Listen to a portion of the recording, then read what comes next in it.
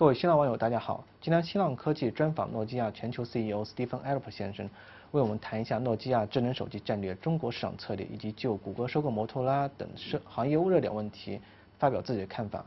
So thank you very much for joining us today. I know you're very busy. So let's talk about Nokia's first Windows phone. So could you give us the updates about the so-called Siri Windows phone? Yes, so we're very excited about the progress we're making around Windows Phone and expect that the first Windows Phone devices from Nokia will be in the market in the world in Q4. Now, the way we're doing this is that we are sequencing the rollout. It will be available in one country after another over time. And part of what I'm doing here in China right now is working with the lead operators here in China to determine the right timing for China, and that's something that we'll be discussing here today and in the days ahead. So do you have any sales target?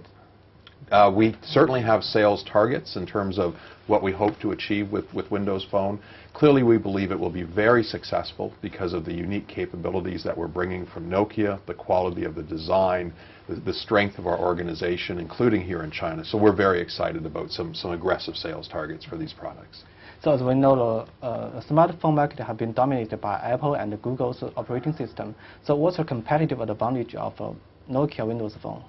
So Nokia Windows Phone and that collection of products is very focused on an experience that's organized around the people. Some other operating environments are organized around applications and application grids.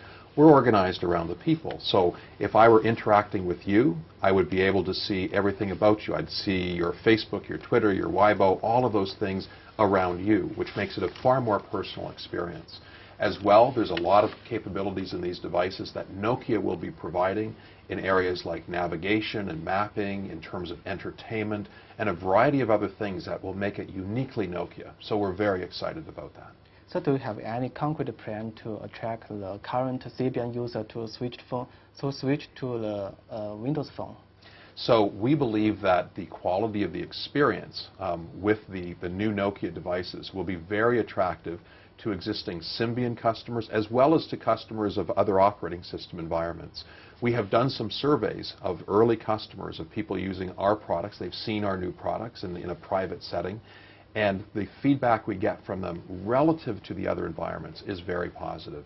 As well, we'll be doing some things to help a Symbian user move certain information over to a new Nokia device to help them with that transition. Then how about MeeGo and MeeGo platform? Yeah, well, we're very excited with the immediately upcoming availability of the N9 device. In many countries around the world, the N9 will be arriving, and the feedback we've had from that also is very positive. So we're excited about that here in China. It'll be one of the key elements of the excitement that you see from Nokia in China very soon. So how do we plan to attract the application developers? Well, the application developers, what they are interested in is making sure they have a platform that delivers tremendous volume and tremendous opportunity for them to make money while they deliver great applications.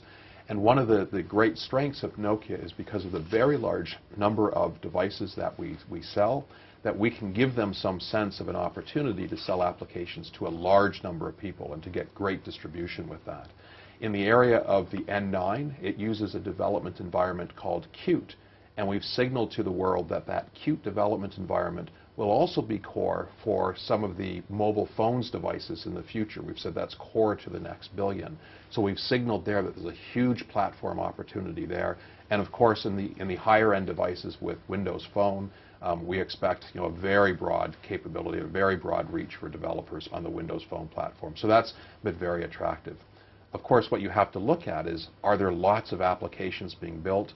And the number of Windows Phone applications being built right now is much higher, much faster than ever before. So there's very good signs. So talk about the mobile device market. Seems the future belongs to the software, the platform, and the content. So how do you see the future of Nokia as a hardware maker? Do you think Nokia will be acquired by Microsoft at last? So first of all, as it relates to our future, we deliver hardware, we do software development, we do the development of services, so we actually do the entire ecosystem. And so part of how we will differentiate and be successful in the future will be on the combination of the entire ecosystem, not just hardware. Our differentiation will be all of those things. And in terms of our future, we see our future very strongly as a standalone company and don't anticipate any changes as it relates to Microsoft. So could you share us your view on Google's acquisition of Motorola Mobility? Yes, it's obviously an interesting change in the environment, and it's very hard for me to understand what their precise strategy is or what have you. I think it's only with time we'll fully understand that.